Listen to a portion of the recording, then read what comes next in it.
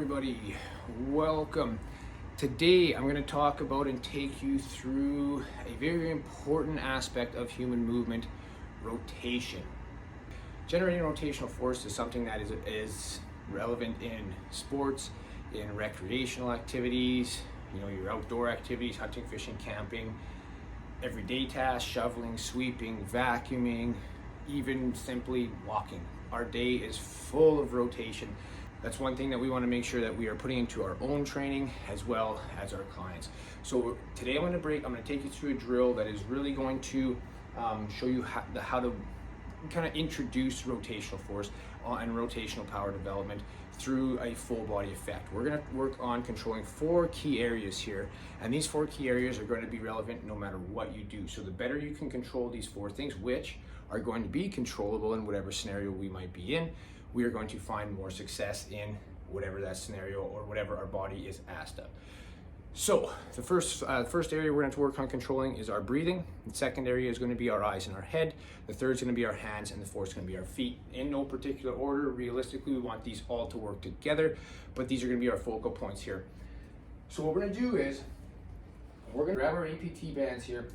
And we're working with 3 connection points or 3 contact points, 2 of which we have full control over. We have control of. The first contact point is going to be how I'm anchored here. So my band is anchored to my solid support system. So that's number 1. That's my fixed anchor. The second one is going to be my hands. Third is going to be my feet. We want to make sure that we have quality control over all 3 of those contact points, so that we can kind of keep that energy cycle flowing through the body, so we can transfer, we can change, we can manipulate that force wherever we want it to. So those 2 contact points, the hands and the feet here, are going to help us transfer energy to and from that anchor. So from here, I'm going to start facing the anchor, square on, and I'm just going to rotate myself here now about 45 degrees so that my hip pocket is kind of in line with my anchor. I'm working with a little bit of a mid to low anchor here. You can change the height on this a little bit. This one will help keep me in that loaded lower position. I find the lower the anchor, it pulls you into that position a little bit more. From here, we're gonna hold on to the straps nice and solid. We wanna make sure we got a good grip, get all the fingers involved, but we wanna make sure that we have good pressure through the ring finger, as well as having the thumb track a little bit towards that ring finger as well. We're going to try to create kind of an equilibrium or a balance between the flexors and the extensors of the forearm, and that's going to take us into like a handshake grip, which is a really, really strong position, a really strong forearm position that we have available to us.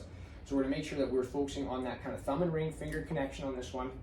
From here with our feet, we're going to make sure we are kind of controlling and manipulating 3 points of contact: the heel pad, the big toe metatarsal pad, and the baby toe metatarsal pad. Those 3 are going to be, if we can manipulate those and control those are going to be able to transfer us from a strong and stable position to a powerful and more explosive position. We want to be able to have control, be able to transfer our movement being on the heel and being on the balls of our feet. Today we are going to be working through both. So what we're going to do is, again, we got our grip, we're about 45 degrees. We're going to start by taking that inside hand, so my left hip is closest to the anchor. I'm going to pull in on that elbow. I'm going to pull straight into my rib cage. As I'm doing that, I'm going to load myself into that hip, into that left glute. So this here, I'm going to start to push and load into the heel in my strong, stable position. As I'm doing that, I'm just going to reach my right hand forward. So just kind of increase the amount of rotation that I can create. From here, I'm going to keep I'm going to start with my head over top of my inside foot here, so that I have good solid connection, balance. Everything in my body is loaded over top of this left side. Now when I'm going to transfer this energy, I'm going to think about pushing the floor away from you, starting in that heel. I'm going to get an exhale, pelvic floor is going to engage. As I push, I'm going to transfer the energy to the ball of the foot and big toe metatarsal for sure, driving a little bit of that internal rotation to the hip. As I'm doing that, I'm going to start to pull back with that right elbow and extend forward with the left hand.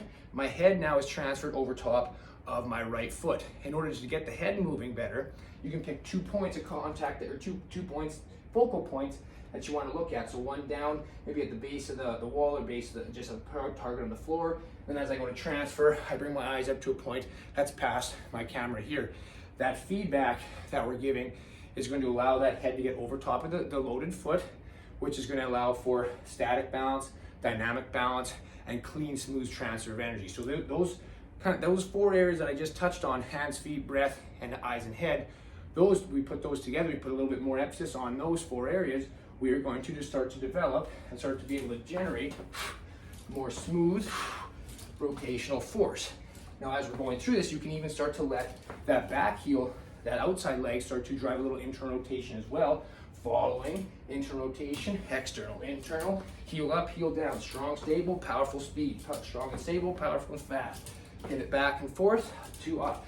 Eyes are picking points at two, or picking two targets to look at, which is that, like again, it's gonna get our head over that foot. With that one there, you can slow that down to start really feeling every aspect and how the hands, the feet, the head, the eyes, the breath interact with each other. And then you can start to create more dynamic movement where we start to get more of that rotation through, which would be more, if you're gonna do, especially if you're gonna do rotational sports, baseball, golf, something like that, you can start to generate more rotation, more speed. But as I do that, I increase the rate at which I get increase the aggressiveness of that exhale, so that it's kind of like the driver, and then from there, I'm controlling what I can. So big takeaway from today, train rotation, control what you can. Your eyes and head, your breath, your feet and hands. Enjoy, take care.